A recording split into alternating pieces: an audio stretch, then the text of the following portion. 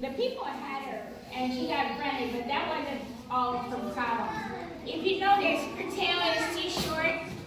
She's missing a bunch of toes, and they like to climb trees, and without all of her toes. See, you were right. She ate the banana first. Now she's going down to the grape. See, so without her toes, she might not be able to stay in the trees as well. They do not hang upside down by their tail. That is only in the cartoons. They have a pouch. So put your hand like this. Your little teeny finger. Look at that little teeny joint on your little teeny finger. That is how big the babies are when they're born. They're the size of little teeny jelly beans. Now, any other animal, they wouldn't be born yet. They would still be in the stomach. And they finish developing in the pouch. So their lungs develop and everything in the pouch. They finish developing. So, I think she needs another bit of banana here. And I'm going to pick her up and bring her around so everybody gets to see her. Now, the first 13 babies in the pouch survive. And when they're just born and they're all pink, we can't save them. Nobody can. They have to be in the mom's pouch because they finish developing in there. But once they're about like this big, they're still little, and they have a little bit of black on them, then we can go ahead and save them at that point. You wanna, can you just have a seat? Just safety reasons. Because I'm gonna pick her up so everybody gets to see her. There we go, I got you. And this is Snowflake. 50 teeth, more teeth than any other animal, but they're not a bitey animal. If something happens that they get scared, they either fall over and faint, or they actually look like they're dead on purpose. Somehow, some scientists stuck an EEG machine up to them, and they test out that even when they have fainted, they still have their little brain waves are still going. So they do a, so anyway, so that's, and they really do look like they're dead. Several times I've run to go get boxes of things. You do have to be seated while I have an animal up, otherwise I can't come around because I can't be within reach for the possum's sake as well as a person. Because if you stick your finger out, they will bite because they think you're feeding them something. They don't realize that it's just a finger because we never touch them or cut them. We always treat them like wild animals. Okay, Batman, can you go that way so I can move around this way? So I can come so everybody can see them up. You can't come. Let me come close to you. You can't watch me. And instead of just shooing them off the road and letting mom take care of them, they took them. Ma'am, you can't walk towards me. I can walk towards you, but you can't walk towards me. Because I know you're stopping. Yeah, I know. He's a little bit more nervous than most. You can see his third eyelid. They have 3 eyelids. His third one is a nictitating membrane. Protects the eye. How many people here ride a bicycle? Anybody ride a bicycle? If you ride a bicycle, sometimes you go so fast you have to make squinty eyes because that air is just rushing into your eye. He's got a nictitating membrane, sort of like a goggle. I think it would be great if we had a goggle that just went, he likes to sleep. Now, please don't make the odd noise. Remember, we already did it because he gets scared pretty easily. As he said that, so this right here is an eastern screech owl. He is not the smallest owl in Michigan. That would be the Sahuet. He is the second smallest owl in Michigan. The Sahuet is not the smallest owl in the U.S. We have a pygmy and an alpha owl that are even smaller. So, but with the tufts on the top, you can tell he likes to be in the trees.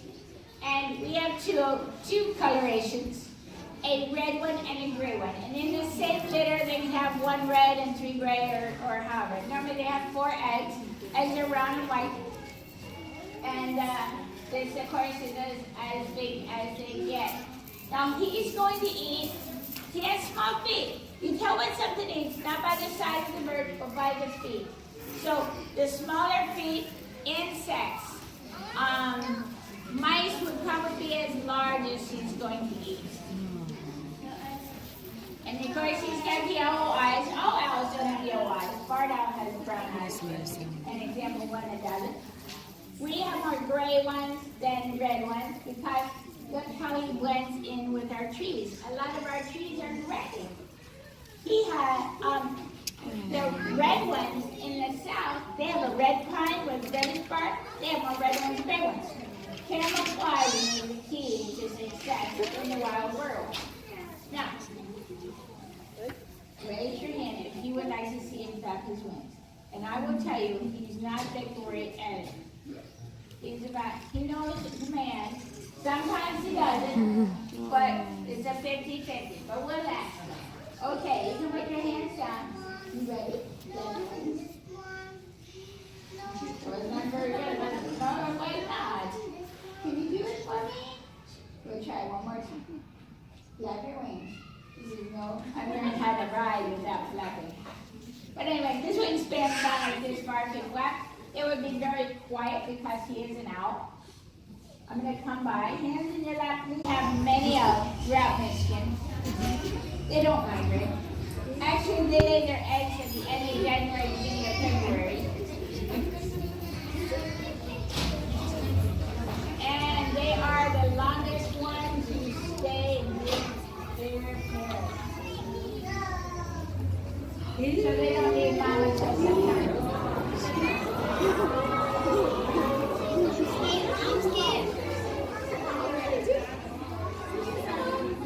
His name is Cersei. He is a great Cornell. He and I and a bunch of other people and a bunch of other birds started the Bird of Prey program at the Nature Center, and that was like 30 years ago, and we have gone on since then. Ma'am? We can't make any noises that are not appropriate. No whistling or making noises. That's not okay. So, the great horned owl, you can see his tufts. These are not ears. They're made for camouflaging. Camouflaging is very, very important. Look at his. He looks like the bark of a tree. I pointed owls out to people. They don't see them because they look like they're part of the tree. And that's important. If you want to see during the daytime, you have to blend in very, very well. Right. And we talked about how guys at night have very, very large eyes.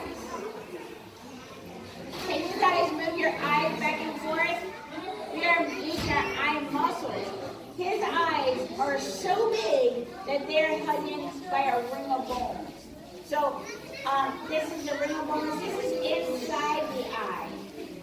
So the eye sticks out very far from the skull, but his feathers stick out very far because he has lots and lots of feathers. Feathers are actually the heaviest part of the bird. Bones are hollow. He only weighs 3 pounds. Now, the special thing about him is not his eyesight.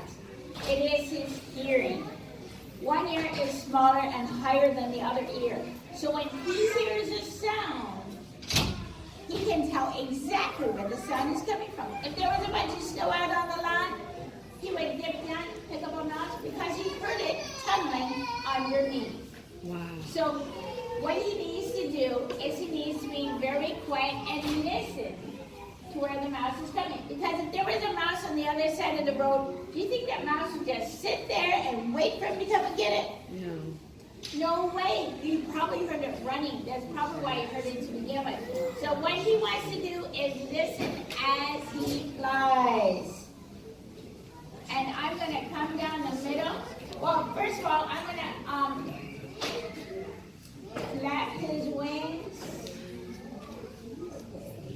You ready? We're going to listen soon. Just listen.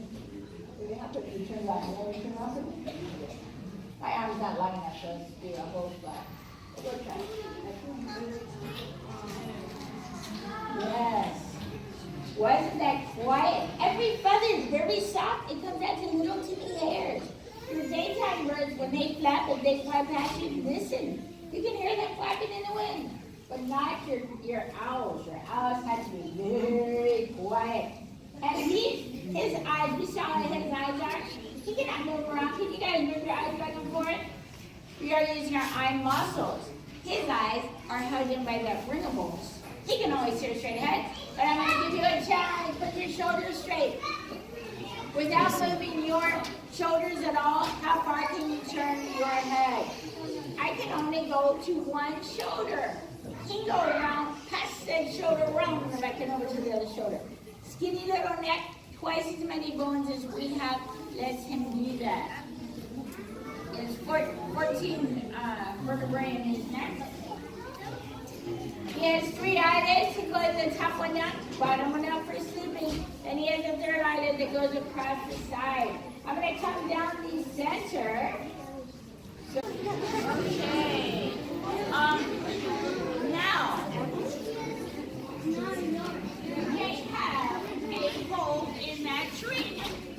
Woodpeckers love to make holes in the tree. Okay, here's the deal. She might be living in your tree because she really likes to live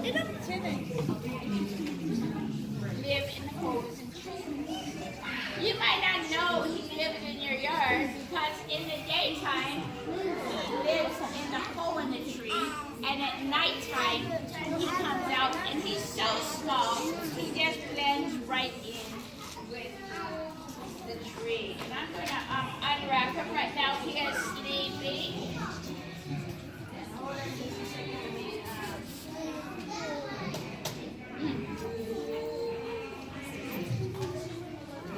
It out so we can see him. This right here is a flying squirrel. He's a southern flying squirrel. Southern flying squirrels are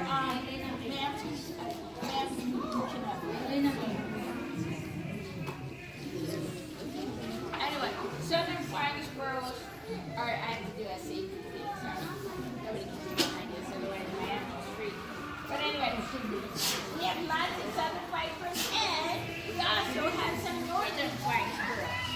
Now, flying squirrels have some skin that goes from their wrist down to their ankle, and they just do their